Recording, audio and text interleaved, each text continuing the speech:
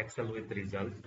तो आज हम क्या सीखेंगे, सेल रेफरेंसिंग एब्सोल्यूट सीखेंगे। लास्ट टाइम भी वही सीखा था, ये थोड़ा डिफरेंस है, डेटा सेम है।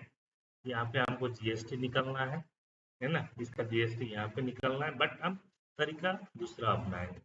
यहाँ पे जीएसटी 5% है, इसको लेके चलेंगे। ठीक है, तो आइए स्टार्ट करते हैं।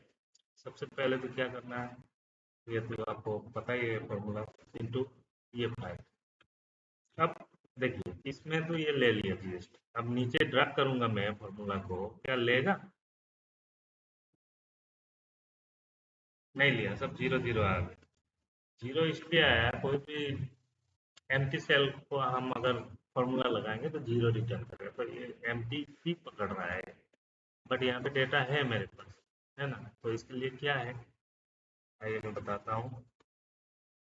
इसके लिए क्या है, अब यहाँ पे देखिए ये रेफर कर रहा है क्या, E6 ये है, और इंटू B2 ये है मेरे। तो अभी यहाँ पे मैं नीचे जाऊंगा, ये B3 हो गया, मतलब यहाँ पे आ गया। अगर यहाँ पे मैं 5% लिख दूंगा तो ले लेगा ये, देखिए ये है ना। तो यहाँ पे पूरा भरना पड़ेगा मुझे, तो इसके लिए भी ऑप्शन है आपका। सबसे पहले तो क्या करो, आप इसको ना फ्रीज करना पड़ेगा। फ्रीज करने का मतलब लॉक करना पड़ेगा। लॉक किसको करना पड़ेगा, ये B2 को फिक्स करना, क्योंकि यहाँ पे एक ही 5 लिखा हुआ है ना, या नीचे तक नहीं ट्रैक किया है मैंने। तो इसको ही फ्रीज करना। फ्रीज करने के लिए क्या था, इसको सिलेक्ट कीजिए, फॉर्मूला बार में दिख रहा होगा, सिलेक्ट करके F4 बटन दबाइए। ये अब यहाँ पे एक बात जानिए, हमने E6 को फिक्स नहीं किया। अगर इसको कर दूंगा मैं तो यहाँ पे फॉर्मूला से अप्लाई नहीं होगा, क्योंकि ये भी मतलब फिक्स हो जाएगा। फिक्स होने से डेटा नीचे भी है, ये डेटा के रेफरेंस पर यहाँ पे जीएसटी निकलना है ना, तो वो नहीं निकलेगा। तो और एक चीज यहाँ पे ध्यान दीजिए, ये डॉलर का साइन का मतलब फॉर्मेटिंग नहीं है, ऐसे भी यहाँ पे फॉर्मेटिंग नहीं लग सकता। अभी एडिटिंग में हूँ मैं, फॉर्मूला एडिटिंग मोड में है। इसमें पहले डॉलर का साइन आ जाता है ना, मतलब है वो वाला लॉक। जैसे ये 2 के पहले आया, ये 2 भी लॉक है, बी भी लॉक है, मतलब B2 दोनों लॉक। अभी यहाँ पे ड्रैग करो आप, ये देखो आ गया ना। तो यही इसी को बोलते हैं सेल रेफरेंसिंग एब्सोल्यूट।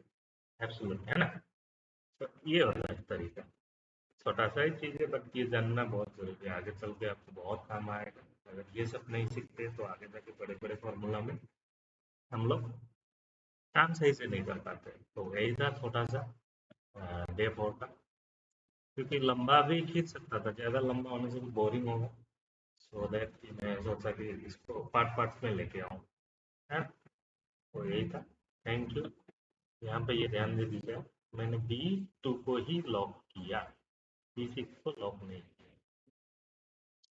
तो ऐसे कर, तो पहले वाले केस में क्या था, हमने ऐसे लगाया था। अभी यहाँ पे भी जीएसटी निकाल के देखते हैं। जीएसटी, आप सोच रहे होंगे कि पहले तो डायरेक्ट आ गया था, कोई फिक्स का कोई नहीं था, क्योंकि वहाँ पे हमने मैनुअली लिखा था, है ना। ऐसे करके हमने 5% ऐसे लिखा था। तो ये अभी भी आएगा, क्योंकि मैंने यहीं से लगाया है, मैनुअली लिखा हुआ है। फिर आया, तो ये मतलब डिफरेंसेस है। तो ये आज हमने क्लियर कर लिया, आई होप कि आप भी क्लियर हो। Thank you.